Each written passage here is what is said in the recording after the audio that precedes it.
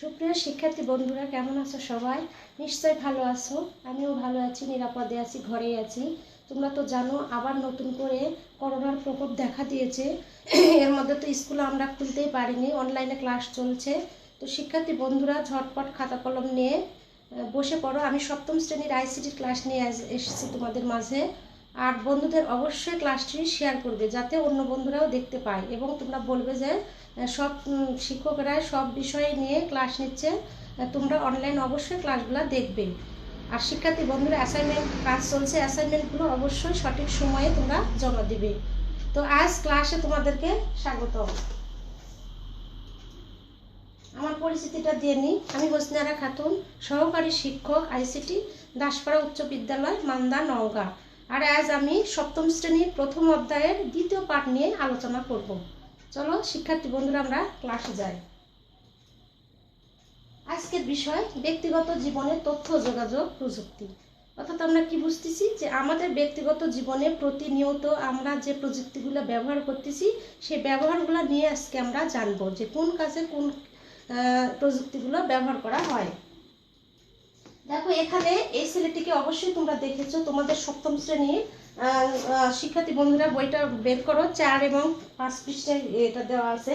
সাগর নামের ছেলেটিকে নিয়ে আমরা আজ গল্প আছে অনেকগুলো প্রযুক্তি নিয়ে, সেগুলো দেখবো। তো এই ছেলেটিকে আমরা দেখতে পাচ্ছি, এর নাম হচ্ছে সাগর। সে কি করছে দেখো, মোবাইলে কথা বলছে। আর একটা কি কাজ করতেছে, টিভি দেখতেছে। আর একটা কি করতেছে দেখো, ল্যাপটপ ব্যবহার করছে। তাহলে এগুলো কিন্তু দেখো প্রতিটা কাজ কিন্তু আমাদের ব্যক্তিগত জীবনে লাগে প্রতিদিন, যেটা ছাড়া কিন্তু আমরা এখন আর চলতে পারি না। তো এই জন্য আজকে আমরা ব্যক্তিগত জীবনে তথ্য প্রযুক্তি নিয়ে আলোচনা করতেছি বা আরো করব। শিখন ফল আমরা এই পাঠ শেষে কি কি শিখতে পারবো সেটা একটু দেখে নিই। যে ব্যক্তি জীবনে ব্যবহার হয় তথ্য যোগাযোগ প্রযুক্তির এমন কিছু ক্ষেত্র চিহ্নিত করতে পারবো আমরা। আর ব্যক্তি জীবনে তথ্য যোগাযোগ প্রযুক্তির বিভিন্ন ব্যবহার বর্ণনা করতে পারবো। মূল ক্লাসে ফিরে যাই।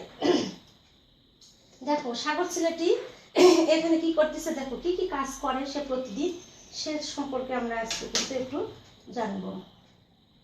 দেখো প্রতিদিন সকালে তার কি হয়, মোবাইলের অ্যালার্ম শুনে সাগরের ঘুম ভাঙলো। আগে কিন্তু আমরা অ্যালার্ম ঘড়ি ব্যবহার করতাম, সেটাও কিন্তু একটা প্রযুক্তির ব্যবহার। কিন্তু এখন কি হয়েছে, আরো আধুনিক হয়েছে। এই কারণে কি করতেছে, সে মোবাইলের অ্যালার্ম দিয়ে তার ঘুমটা সকালে ভাঙায়। আর একটা কি করে দেখো, টিভি দেখতেছে। এখানে সে টেলিভিশনে সংবাদ শুনলো। সকালে উঠে কি করছে, সে অ্যালার্ম ঘড়ি ভাঙার পর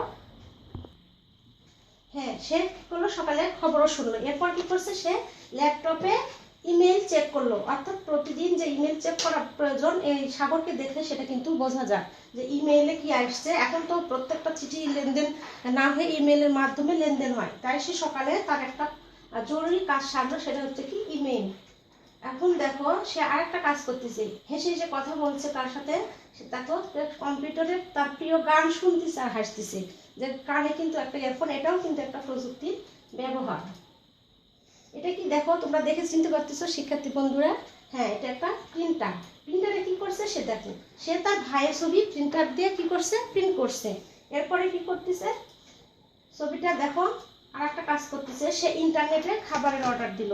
তার মানে কি, আমরা কিন্তু প্রতিনিয়ত প্রতিদিন ইন্টারনেট নির্ভরশীল এবং প্রযুক্তি নির্ভরশীল। সে খাবারটাও কিন্তু ইন্টারনেটের মাধ্যমে। আর এখন তো আরো ভালো উপায় এটা, যারা বিশেষ করে শহরে থাকো তারা অনেকে খাবার যদি সমস্যা হয় বাড়িতে, তাহলে কি করতেছে, ইন্টারনেটের মাধ্যমে খাবার অর্ডার দিলে বাড়িতে এসে খাবারটা পৌঁছে দিচ্ছে। এতে কিন্তু অনেক সুবিধা হচ্ছে, তোমাকে বাইরে যেতে হচ্ছে না, স্বাস্থ্যবিধি মেনে ঘরেই থাকতে পারছো। আর একটা কি কাজ করতেছে দেখো, এখানে একটা ছেলে বলছে কি, জিপিএস ব্যবহার করে সাগরের বাড়িতে পিৎজা নিয়ে এলো। অর্থাৎ সে পিৎজা অর্ডার করেছিল, সেটা নিয়ে আসতেও কিন্তু একটা প্রযুক্তির ব্যবহার কিন্তু সে করছে।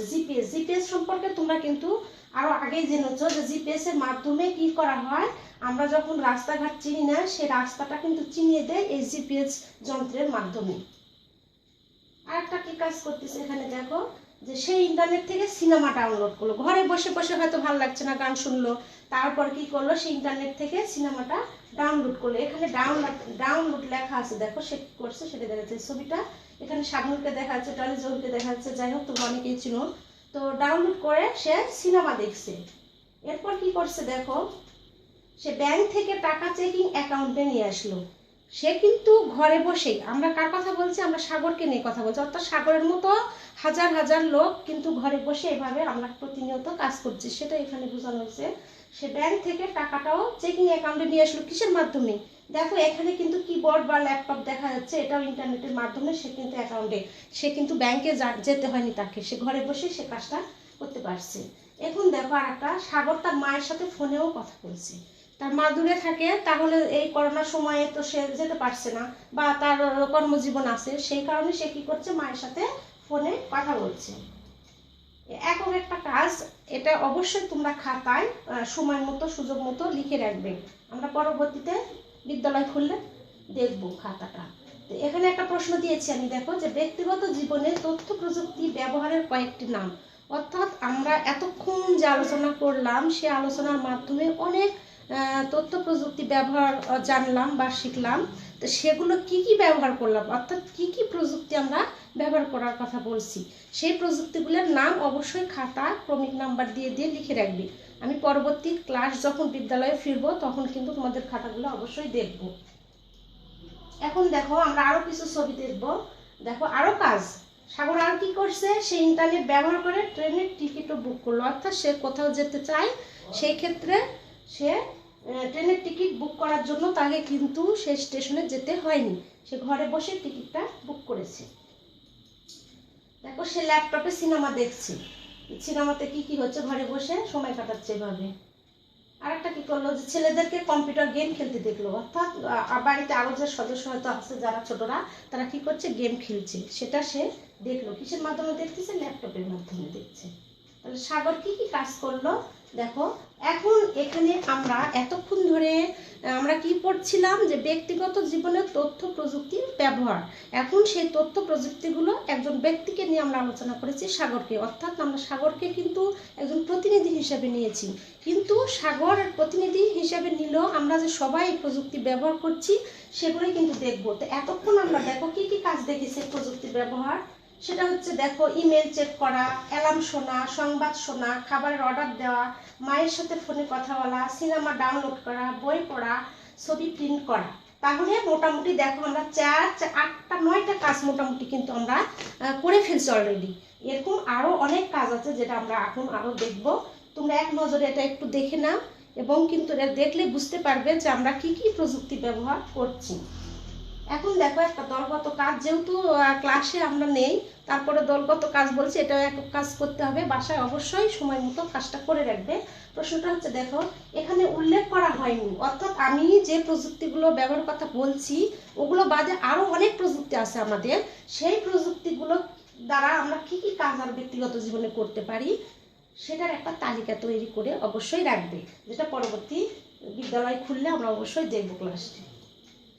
এখন দেখো আমি এতক্ষণ অনেক আলোচনা করেছি, যাই হোক তোমাদের দুটো প্রশ্ন করতে চাই, অবশ্যই তোমরা কমেন্টের মাধ্যমে প্রশ্নের উত্তরটা দিলে আমি অনেক খুশি হব।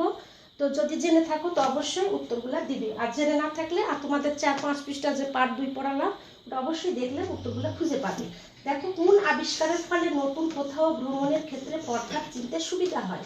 2 নম্বর প্রশ্ন, ইবুক রিডার দিয়ে কি করা হয়।